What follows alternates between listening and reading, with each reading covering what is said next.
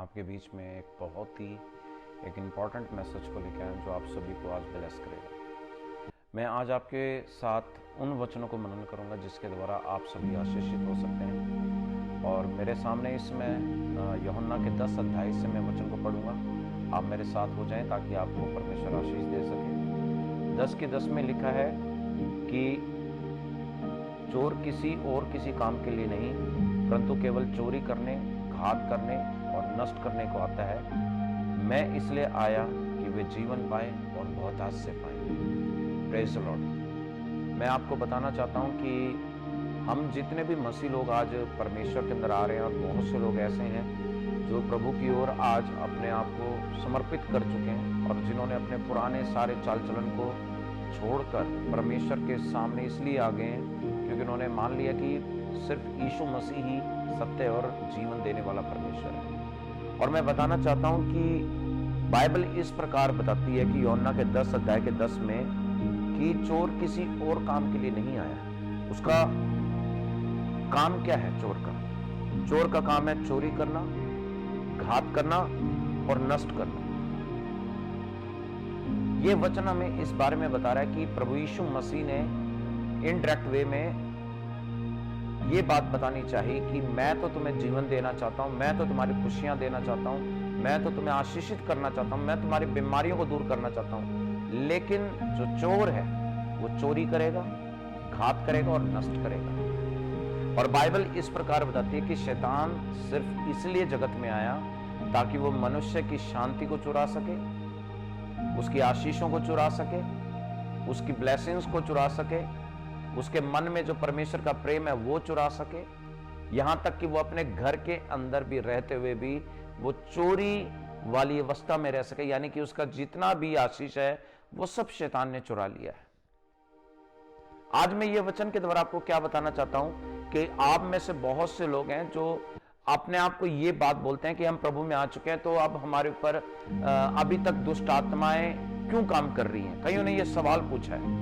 तो आप कैसे पहचान सकते हैं कि दुष्ट आत्मा आपके जीवन में काम कर रही है? मैं वो आप सभी को बताना चाहूंगा एक एग्जाम्पल के तौर पर कि जैसे कि यहां पर लिखा है कि चोर सिर्फ चोरी करने, घात करने और नष्ट करने आया है। यानी जब चोर किसी के घर में घुसता है तो उस समय क्या कंडीशन होती है कि चोर चुपके से उसके घर में एंटर कर जो बेशकीमती सामान है उसको चुराता है। इस कंडीशन के दौरान अगर मकान का मालिक या वो व्यक्ति जिसके घर में वो चोर घुसा है उसने उसको देख लिया तो वो उसको घात भी करेगा और उसको नष्ट भी करेगा। इस कंडीशन के अंदर मैं आपको बताना चाहता हूं ये सेम प्रोसेस प्रभु यीशु ने मसीह ने हम सभी मसीहों को बताया कि चोर सिर्फ चोरी करने आता है, लेकिन अगर वो पकड़ा गया चोरी करता हुआ मालिक के सामने, घर के मालिक के सामने, तो वो उसको नष्ट भी करेगा, घात भी करेगा, क्योंकि चोर को उसके घर की सारी जितनी बेशकीमती चीज है उसको चुराना है।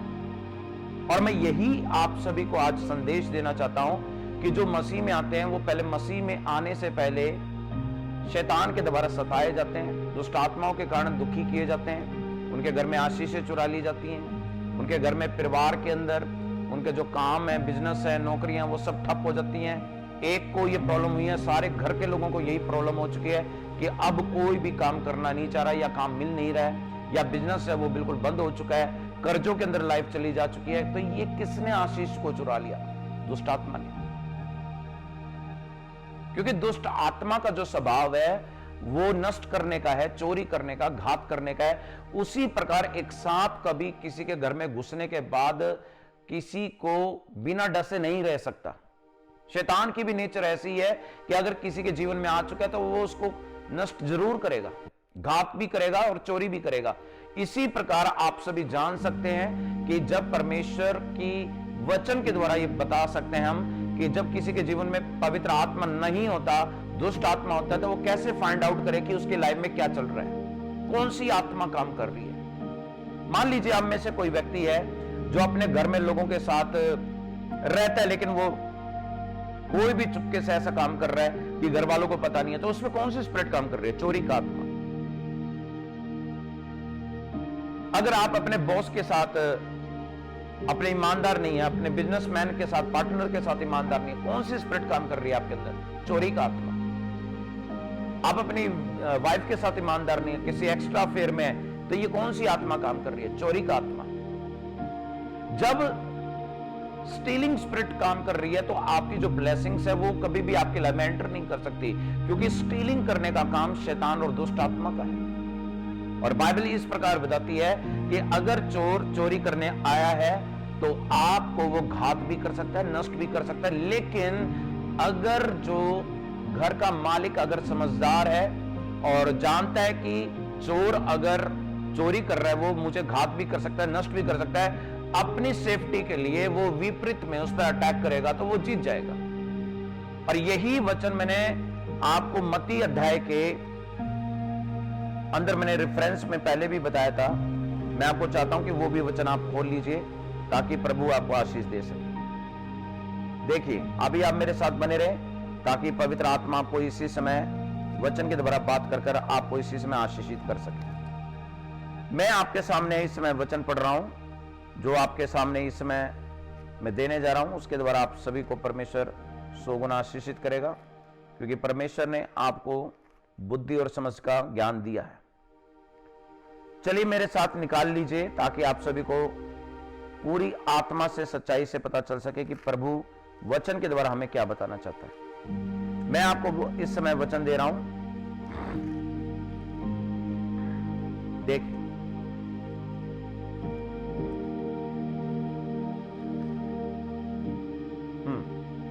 मेरे साथ निकाल लीजिए मत्ती के 12 अध्याय के अंदर, और उसके अंदर हम सीधा 28 में पढ़ेंगे।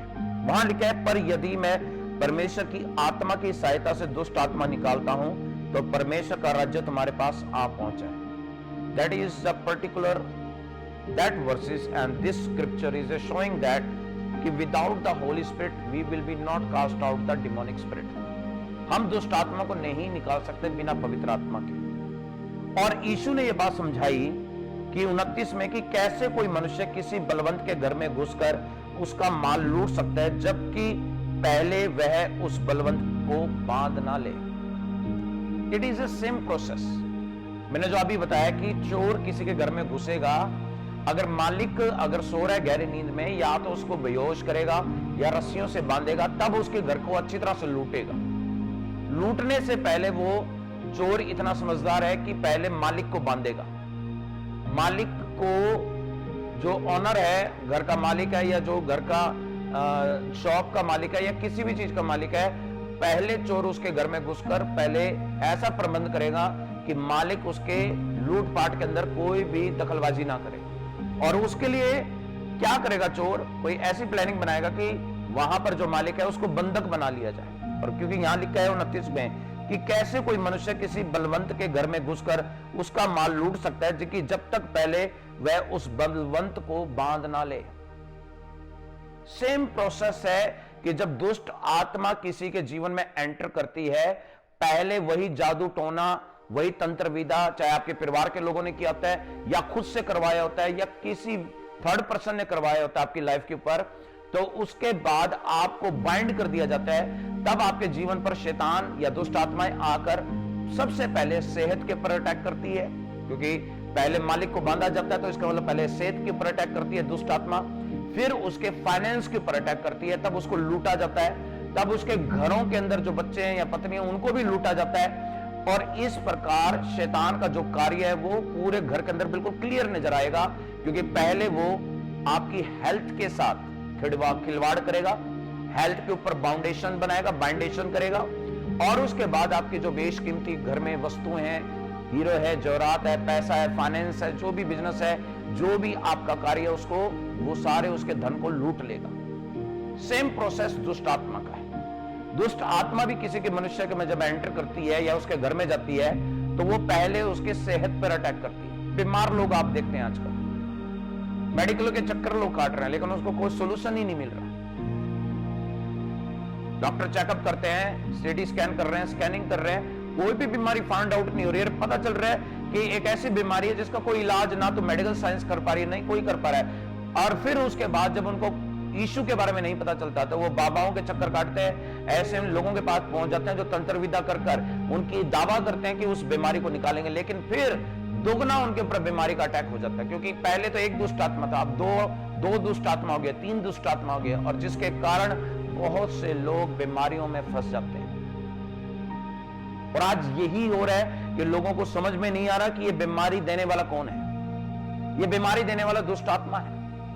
ये बीमारी देने वाला पाप की वजह के कारण, आपके जीवन में दुष्ट आत्माओं के कारण ये सब हुआ है। और जब दुष्ट आत्मा किसी को बीमार करना शुरू करती है तो उसके पैसों को, उसी के इलाज के अंदर उसके पैसों को भी खा जाती है। मैंने ऐसे बहुत लोगों को देखा है जो बीमारी के कारण अपने घर तक को बेच देते हैं, जमीनों को भी बेच देते हैं, तब भी वो ठीक नहीं हो पाते।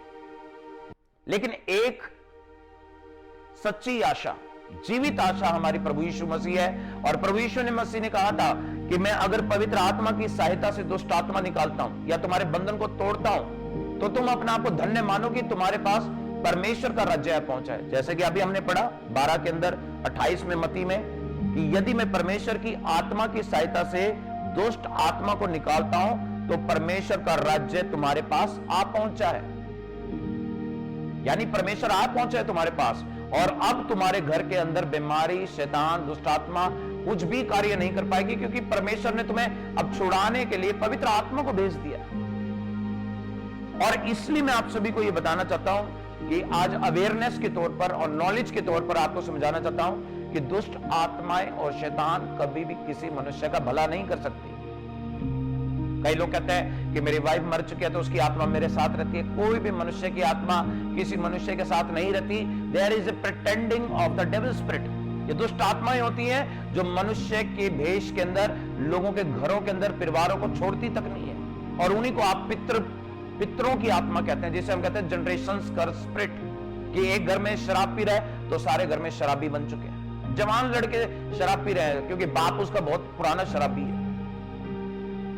घर के अंदर जो बच्चे देखते हैं वही बड़ों से जो देखते हैं बच्चे वही करते हैं। और वही सेम प्रोसेस है कि जब बड़े लोग पाप में गिरे हुए हैं तो छोटे तो वहां पाप करेंगे। और बाइबल यही बात को समझाती है कि अगर तुम्हारे घर में शैतान घुस चुका है, दुष्ट आत्मा आ चुकी है, तो अब तुम उसको तब तक हरा नहीं सकते जब तक उससे भी बलवान किसी को लाया ना जाए। और उससे भी बलवान कौन है? दुष्ट आत्माओं से बड़ा कौन है? खुद पवित्र आत्मा यानी परमेश्वर। अब परमेश्वर का जो आत्मा है वो जब तुम्हारे जीवन पर आएगा तो तुम सब विरोध की आत्माओं से, दुष्ट आत्माओं से, हत्यारे की आत्मा से, चोरी की आत्मा से, घात करने वाली आत्मा से आजाद हो पाएंगे। और बहुत लोग इस वचन को समझ नहीं पाते कि ये कौन सी स्पिरिट है। ये कौन सी स्पिरिट है जो हमें ब्लेस होने से रोकती है? ये वो स्पिरिट है जो आपको परमेश्वर से मेल मिलाप करने से रोकती है। चोरी का आत्मा। आप जब वचन सुन रहे हैं आपको याद नहीं रह पाते तो आपके मन में से किसने वचन को चुरा लिया? उस दुष्ट आत्मा ने चुरा लिया। ऐसे बहुत लोगों की कंप्लेंट आती है कि हम बहुत सालों से वचन सुन रहे हैं, पढ़ रहे हैं, लेकिन याद नहीं रहता। ये कौन सी स्पिरिट काम कर रही है? ये चोरी का आत्मा है।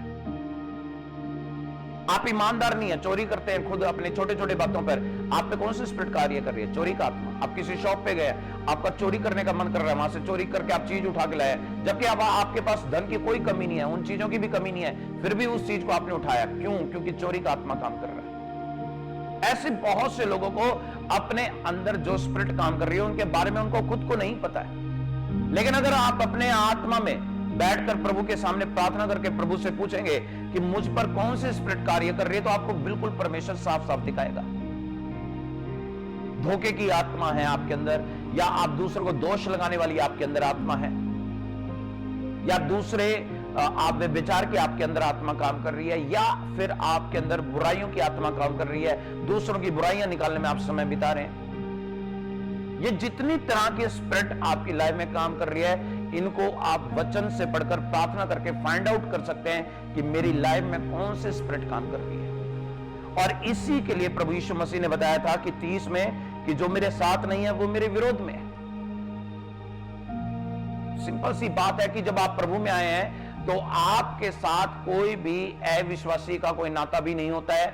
अविश्वासी कभी मसीहों के साथ कभी नहीं बैठते हैं, क्योंकि उनको पता है कि इनकी शिक्षाएं बहुत कठोर हैं और उनको वो मान नहीं सकते, क्योंकि उनके लुचपन में और उनकी अभिलाषा में हम उनका साथ नहीं देते हैं। इसलिए उनकी नजर में हम छोटे गिने जाते हैं, तुच्छ गिने जाते हैं। और इसी प्रकार अविश्वासी कभी विश्वासी के पास नहीं बैठेगा, वैसे दुष्ट आत्मा कभी कोई पवित्र आत्मा वाले के पास नहीं जाएगा। इसलिए बाइबल यह सिखाती है कि जो मेरे साथ नहीं है वो मेरे विरोध में है, और लिखा है कि जो मेरे साथ नहीं बटोरता वह बिखेरता है। That is the more than important for this all versus. ये जो वचन है मैं इसको थोड़ा सा एक्सप्लेन करना चाहता हूं आपके सामने कि जब पवित्र आत्मा का अभिषेक आपके ऊपर आता है तो सब बंधन आपके टूट जाते हैं। और ये वचन आपको पता होगा कि हम यशायाह में से पढ़ रहे हैं, क्योंकि जब परमेश्वर ने खुद यशायाह के मुंह से ये बात बोली थी तब वहां पर इस बात पर सभी लोगों ने विश्वास किया था। और मैं बताना चाहता हूं कि यशायाह के 10 अध्याय के अंदर और उसके 27 के अंदर यह वचन है कि जब तेरे पे परमेश्वर का आत्मा आएगा तो तुझ पर जो कंधों पर और तेरे शरीर पर और तेरी गर्दन के ऊपर जो जुआ है वो तोड़ दिया जाएगा। 10 के 27 में पढ़ रहा हूं मैं यशायाह में कि उस समय ऐसा होगा कि उसका बोझ तेरे कंधों पर से और उसका जुआ तेरी गर्दन पर से उठा लिया जाएगा। अभिषेक के कारण वो जुआ तोड़ डाला जाएगा। वो जुआ, ये एक जुआ, इट इज ए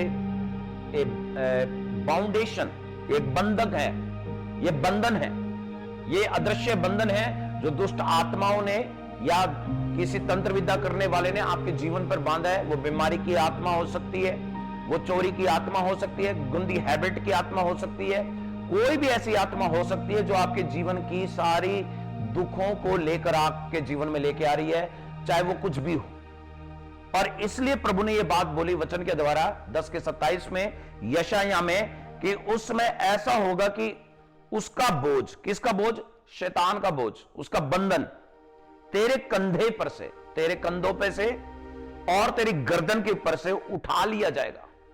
उठा लिया जाएगा किसके द्वारा? परमेश्वर की आत्मा के द्वारा और अभिषेक के कारण। ये कौन सा अभिषेक है? ये पवित्र आत्मा है जो अभिषेक के रूप में कार्य करता है, और वो तुम पर आएगा और वो जुआ तुम्हें उस जुए से यानी उस बंधन से तुम्हें तोड़कर तुम्हें आजाद करेगा और तुम्हारे सारे बंधन टूट जाएंगे और तुम पूरी तरह से फ्री हो जाओगे।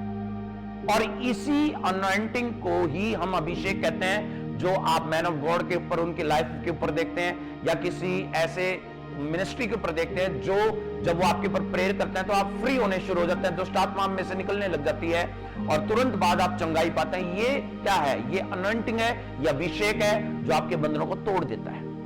और इसी के विषय में यीशु ने बताया था कि जो मेरे साथ में नहीं है वो मेरे विरोध में है, और उसके साथ ये भी बोली थी बात कि जो मेरे साथ बटोरता नहीं है वो बिखेरता है। 12 अध्याय मत्ती के 30 में हम पढ़ रहे हैं। ये एक ऐसे एग्जाम्पल की तरह है कि एक लकड़ी का गट्ठा है और उसके ऊपर रस्सी बांधी हुई है, और उसके ऊपर जब किसी तेज धार चाकू ने या कुल्हाड़ी ने जब तक उसके ऊपर उस रस्सी के ऊपर जब तक काटा नहीं उसको, तब तक वो जुड़ी हुई थी, यानी वो सटी हुई थी, बंधी हुई थी। लेकिन जैसे उसको काटा तो सारी लकड़ियां छोटी छोटी वो बिखर गई। सेम प्रोसेस है कि जब किसी मनुष्य को या उसकी आशीषों को बांधा जाता है दुष्ट आत्मा के द्वारा, तो वो सब सारी आशीषें एक जगह इकट्ठी हो जाती हैं और उसको धीरे धीरे शैतान चुराने लगता है। लेकिन जब पवित्र आत्मा तुम पर आता है तो वो गट्ठा, वो पवित्र आत्मा की आग के कारण वो रस्सी, वो जंजीर, वो बंधन टूट जाता है, और टूटने के तुरंत बाद वो आशीषें बिखर जाती हैं। और उन आशीषों को जो बिखरी होती हैं उनको परमेश्वर के पुत्र यीशु ने बताया कि जो मेरी दी गई आशीष को बटोरता नहीं है वो बिखेरता है। हमें अपनी आशीष को जो प्रभु की आत्मा के द्वारा अब हमारे जीवन में बिखर चुकी हैं, जो इतने सालों से हम बीमार थे या हमारी आशीषें चुराई हुई थी या हमारा फाइनेंस चुरा हुआ था शैतान ने, क्योंकि घर के अंदर शैतान कैसे फाइनेंस को चुराता है, चुराने वाली आत्मा किस प्रकार कार्य करती है। घर में शराबी है, शराब पी रहे हैं, ये नशे की आत्मा है। घर के अंदर लोग जुआ खेल रहे हैं और जुआ खेलने के लिए पैसा चुरा रहे हैं घर से, या सामान चुराकर कहीं पे बेचकर उससे काम कर रहे हैं, तो वो भी कौन सी आत्मा है? चुराने वाली आत्मा और जुआ खेलने वाली दुष्ट आत्मा। इन दुष्ट आत्माओं के विषय में अज्ञात मत रहो। बाइबल कहती है कि इनका भेद तुम्हें समझाया गया है। इन आत्माओं से लड़ने के लिए तुम्हें पवित्र आत्मा के अभिषेक की जरूरत है, और बिना पवित्र आत्मा के अभिषेक के बिना आप इनसे लड़ नहीं सकते। और इसलिए प्रभु यीशु ने कहा था कि तुम्हारी जो आशीषें हैं, जो बिखरी हुई है उनको तुम्हें समेटना है, इकट्ठा करना है बाय प्रेयर और बाय होली स्पिरिट फायर, कि दुष्ट आत्मा को जला जलाकर उनसे जिन्होंने तुम्हारी दुष्ट आत्माओं ने तुम्हारी आशीषों को चुराया और वर्षों से तुम्हारी आशीष को जो चुराते रहे, उनको फायर प्रेयर कर कर उनसे वो वापस ली जा सकती है आशीषें, क्योंकि जो उन्होंने लूटा है तुमसे वो वापस लेने का भी अधिकार हमको दिया गया है। क्योंकि जब पवित्र आत्मा हमारे साथ है, तो पवित्र आत्मा जब हमारे साथ है तो हमारे विरोध में कोई नहीं है, और जो हमारे विरोध में है वो सिर्फ दुष्ट आत्मा है, और हम उसको हरा सकते हैं प्रार्थनाओं के जरिए, फायर प्रेयर के जरिए। और जो उसने हमारा लूटा है, चाहे वो हमारी हेल्थ है, चाहे हमारा फाइनेंस है, चाहे हमारा बिजनेस है, चाहे हमारी जॉब है, चाहे हमारे घर की शांति है, या चाहे कुछ भी है, चाहे आपको संतान नहीं होती है, या जितनी भी परेशानी है, वो सब वापस ली जा सकती है सिर्फ बाय फायर प्रेयर और अपने समर्पण की भावना से। क्योंकि जब आप ऐसा फेथ कर आप प्रेयर करते हैं तो शैतान और उसका राज्य समाप्त होना शुरू हो जाता है। क्योंकि वहां पर लिखा है कि 31 में कि मैं तुमसे कहता हूं कि मनुष्य के सब प्रकार का पाप और निंदा क्षमा की जाएगी, लेकिन पवित्र आत्मा की निंदा क्षमा नहीं की जाएगी। यानी कि जो मेरे साथ पवित्र आत्मा पाने के बाद भी मेरी आशीषों को समेटता नहीं है, इकट्ठा नहीं करता है, बटोरता नहीं है, वो मेरी पवित्र आत्मा को निंदा में ठहराता है। हमें पवित्र आत्मा की निंदा तब मिलती है कि पवित्र आत्मा तो मिला, लेकिन सारी आशीषें नहीं मिल रही है हमें। सारी आशीषें हमें मिली हुई है, लेकिन हमको उनको अब उठाना है, इकट्ठा करना है। क्योंकि यीशु ने कहा कि जो मेरे साथ बटोरता नहीं है वो बिखेरता है। यानी कि आपकी ब्लेसिंग्स अब आपको खुली हुई दिख रही है आत्मा में, लेकिन आप उनको बटोरना नहीं आ रहा है। कैसे बटोरे हम उनको? बटोरने के लिए आपको हम्बल होना है, दीन होना है, पवित्र होना है, प्रेयरफुल होना है, विश्वास में दृढ़ होना है, रोज वचन में चलने वाला जीवन होना चाहिए, और प्रार्थना करने के साथ साथ उपवास वाला जीवन होना चाहिए, ताकि जब आप प्रेयर करें तो परमेश्वर के सामने तो वो आपको प्रार्थना का उत्तर सीधा सीधा दे सके। क्योंकि वचन ये कह रहा है कि जो मेरे साथ बटोरता नहीं है वो बिखेरता है। आपने आशीषों को बटोरना है। अब एक ब्लेसिंग मिली है, 2 ब्लेसिंग मिली है, 3 टेस्टिमनी बन चुके, 4 टेस्टिमनी बन चुके, अब टेस्टिमनी की लाइन लग जाएगी। क्योंकि आपको यह सीक्रेट पता होना चाहिए कि by fire prayer, by your the humbleness, by your honesty, the all things is possible. हर चीज पॉसिबल हो सकती है, सिर्फ आपको प्रार्थना का एक तरीका आना चाहिए। और बहुत लोग इस तरीके को जानते नहीं, क्योंकि वो ये सोचते हैं कि सिंपल प्रेयर से सब कुछ मिल सकता है। नहीं, क्योंकि दुष्ट आत्माएं सिंपल प्रेयर से डरती नहीं है, उनको पवित्र आत्मा की आंख से डर लगता है। क्योंकि अंधेरा कभी भी चांदने के पास नहीं जाता, और अगर आपके पास चांदना है, पवित्र आत्मा है, तो कभी भी अंधेरा आपके पास आएगा नहीं। और आपकी प्रार्थना में चांदना नजर आना चाहिए, रोशनी नजर आनी चाहिए, फायर नजर आना चाहिए।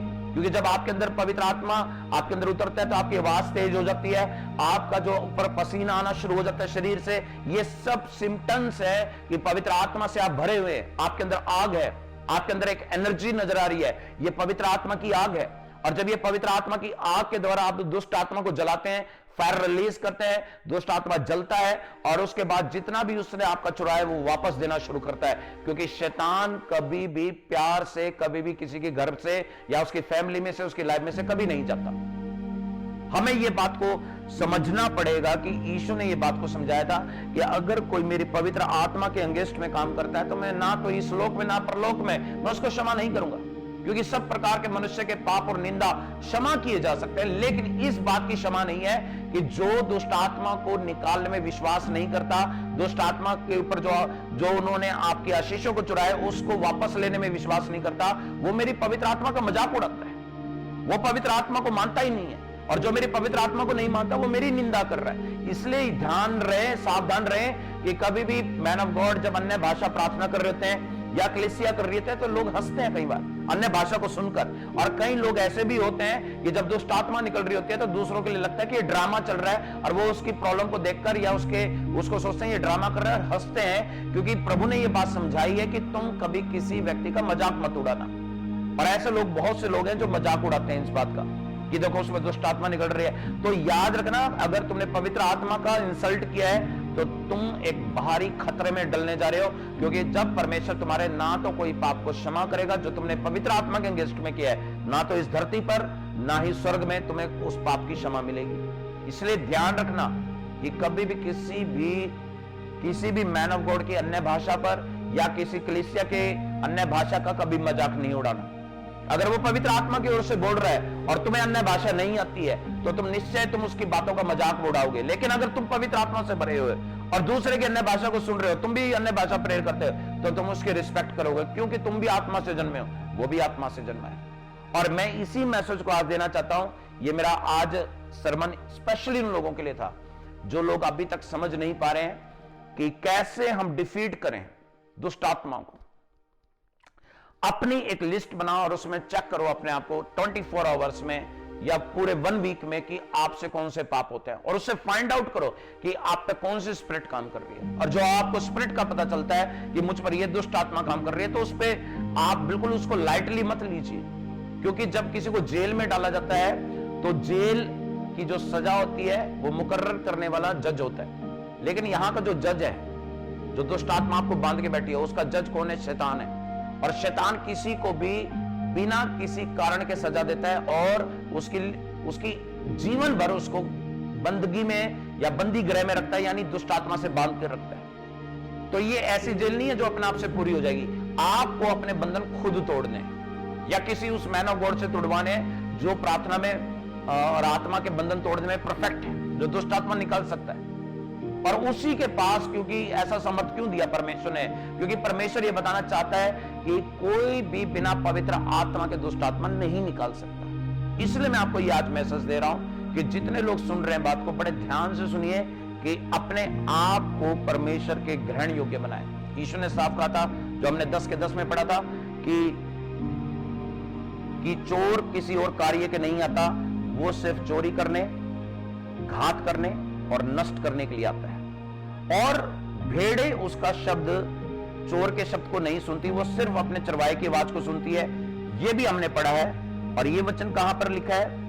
कि 5 में लिखा है, 10 के 5 में और 4 में, कि जब वह अपनी भेड़ों से बाहर निकल चुकता है तो उनके आगे आगे चलता है। देखिए, चरवाहा हमेशा, पवित्र आत्मा हमेशा आपके आगे चलेगा, रास्ता दिखाएगा आपको, और भेड़े उसके पीछे पीछे हो लेती है, क्योंकि वे उसके शब्द को पहचानती है। यानी पवित्र आत्मा जब आपको प्रार्थना के जरिए बात करता है तो आप उसको सुन पाते हैं, पवित्र आत्मा की आवाज को सुन पाते हैं। अगुवाई करता है पवित्र आत्मा आपकी कि कौन सा काम करना है, कौन सा नहीं करना है। और 5 में लिखा है कि परंतु वे पराये के पीछे नहीं जाती हैं। वो भेड़ें कभी किसी ऐसे के पास नहीं जाएंगी जो चोर है, जो घात करने के लिए आया, कोई नष्ट करने के लिए आया। क्योंकि भेड़े शब्द सुनती हैं पवित्र आत्मा का, पवित्र आत्मा को पहचानती है, ये पवित्र आत्मा। लेकिन जो भेड़े पवित्र आत्मा को नहीं जानती, वो दुष्ट आत्मा को ही पवित्र आत्मा समझ लेती है। और आप कैसे पहचाने कि दुष्ट आत्मा ये दुष्ट आत्मा है या पवित्र आत्मा है? क्योंकि दुष्ट आत्मा हमेशा दुष्ट बातें करेगी, बुराई की बातें करेगी, चोरी चकारी की बात करेगी, उल्टे सीधे बात सिखाएगी जो समाज में लोग करते हैं। पवित्र आत्मा कभी भी ये बातें नहीं सिखाएगा आपको कि आप चोरी करो, किसी पे दोष लगाओ, किसी से घृणा करो, या किसी से झगड़ा करो, या किसी की बुराई करो, या फिर चोरी करो, या व्यभिचार करो, या अभिलाषा में काम करो, या दाखरस पियो, या फिर आप दारू पियो, नशा करो। ये कभी भी आपको पवित्र आत्मा नहीं इंस्पिरेशन दे सकता, क्योंकि पवित्र आत्मा परमेश्वर का आत्मा है। और मैं यही वचन आपको देना चाहता था कि ताकि आप सभी की आत्मा में आंख खुल जाए। क्योंकि 7 में क्या लिखा है, 10 के 7 में, तब यीशु ने उनसे कहा कि मैं तुमसे सच सच कहता हूं कि भेड़ों का द्वार मैं हूं। ध्यान से सुनिएगा, प्रभु यीशु खुद कह रहे हैं कि जो भेड़ें होती हैं वो मुझ में से होकर ही पिता के राज्य में जा सकती हैं। यानी जब आप प्रार्थना करते हैं, शुरुआत की प्रार्थना करते हैं, प्रभु तेरा धन्यवाद हो, तेरी महिमा, और अंत में आप बोलते हैं कि यीशु के नाम से हम प्रार्थना मांगते हैं। जब वो यीशु नाम आप इस्तेमाल करते हैं तो वो द्वार खुल जाता है प्रभु के नाम से, और आप उस द्वार के अंदर से भेड़ होने के कारण उसमें प्रवेश करते हैं। इसलिए प्रभु ने कहा कि मैं तुमसे सच सच कहता हूं कि भेड़ों का द्वार मैं हूं। यानी तुम मुझ में से एंटर कर कर तुम आशीषों को भी पा सकते हो, ब्लेसिंग को भी पा सकते हो, और मेरे पिता के पास भी जा सकते हो। और इसलिए 8 में कहता है कि जितने मुझसे पहले आए वो सब चोर और डाकू है। हालेलुया। ये पर्टिकुलर ये वचन इस बात के बारे में एक्सप्लेन कर रहा है कि यीशु को छोड़कर पूरे जगत में, यीशु ने खुद ये बात कही है कि मुझसे पहले कई लोग आकर ये बोले होंगे कि मैं परमेश्वर हूं, मैं प्रभु हूं, या मैं इस दुनिया का उद्धार करने आया। ऐसे कोई भी आया हो यीशु के अलावा, उस सब को यीशु खुद कह रहा है कि वो चोर और डाकू हैं। आप खुद सोच के देखिए कि कि यीशु से पहले बहुत से लोग आए थे। मैं उनका नाम नहीं लूंगा क्योंकि हिस्ट्री में आप सब जानते हैं कि कौन आया था यीशु से पहले। यीशु अगर एडी में 0 एडी में पैदा हुआ है तो आप समझ लीजिए उससे पहले कौन कौन आए होंगे दुनिया में, और अब भी कौन कौन आ रहे हैं जो अभी भी यीशु के बाद ये कहते हैं कि हम परमेश्वर की संतान है, हम परमेश्वर है, हम प्रभु हैं। कई मनुष्य खुद कहते हैं अपनी प्रशंसा के लिए कि हम प्रभु वाला स्थान रखते हैं, या हम ईश्वर है, या हम संत है परमेश्वर के। ऐसे नहीं है, क्योंकि बाइबल ये समझाती है कि परमेश्वर का स्थान सिर्फ परमेश्वर के बेटे यीशु को मिला है और किसी को नहीं मिला है। और उसके स्थान को कोई लेगा तो वो कौन है? चोर और डाकू है। इसलिए हम बाइबल के अनुसार ये कहते हैं कि यीशु ने यहाँ पे खंडन किया है, विरोध करा इस बात का कि मेरे से पहले जो आए हैं और मेरे बाद जो आएंगे वो चोर और डाकू होंगे, और तुम उनकी मत सुनना। भेड़ो तुम उनकी मत सुनना, ना उनके पीछे चलना, क्योंकि मेरे अलावा कोई परमेश्वर नहीं है। ये बात खुद यीशु ने कहा है, क्योंकि ये बात कहां लिखी है? 9 में 10 के 9 में, ये द्वार मैं हूं, यदि कोई मेरे द्वारा भीतर प्रवेश करेगा तो उद्धार पाएगा। That is the particular, this is a scripture for the salvation. उद्धार पाएगा, बीमारी से उद्धार पाएगा, दुखों से उद्धार पाएगा, कष्टों से उद्धार पाएगा, दुष्ट आत्माओं से उद्धार पाएगा। उद्धार का मतलब क्या है? कि छूट जाना, मुक्त हो जाना। और उद्धार का मतलब ही यही है कि अगर कोई मुझ में से प्रवेश करेगा, परमेश्वर के बेटे यीशु मसीह को अपना उद्धारकर्ता या प्रभु मानकर मेरे नाम से प्रार्थना करेगा तो वो उद्धार पाएगा, यानी सब प्रॉब्लम से आजाद होएगा। तो यहां पर यह बात क्लियर हो जाती है कि यीशु ने यहां पर खोलकर समझाया कि मेरे द्वारा कोई भी दुनिया के अंदर मनुष्य उद्धार नहीं पा सकता, यानी मुक्ति नहीं पा सकता, यानी आशीष नहीं पा सकता। अब आपको सोचने की जरूरत है कि हम कौन से लेवल के ऊपर आज खड़े हैं, कौन से हमारे आत्मिक स्पिरिचुअल लाइफ के ऊपर स्टैंड के ऊपर हैं, क्योंकि वचन तो बहुत कुछ बता रहा है कि हमें परमेश्वर ने क्या समझाया कि शैतान और दुष्ट आत्माओं के युक्तियों से अनजान मत रहो। वो तुम्हें नष्ट करने के लिए आया है, वो तुम्हें घात करने के लिए आया है, वो तुम्हारी चोरी करने आया आशीषों की। तुम्हें सावधान रहना है, तुम्हें उससे लड़ना है पवित्र आत्मा की सहायता से, ताकि तुम उससे लड़कर जीत सको। तो प्रेज द लॉर्ड, सभी को जय मसीह की, और प्रभु आप सभी के साथ सहायता करे इस वचनों के द्वारा, और प्रभु आप सभी को आशीष दे इन वचनों के द्वारा। सभी को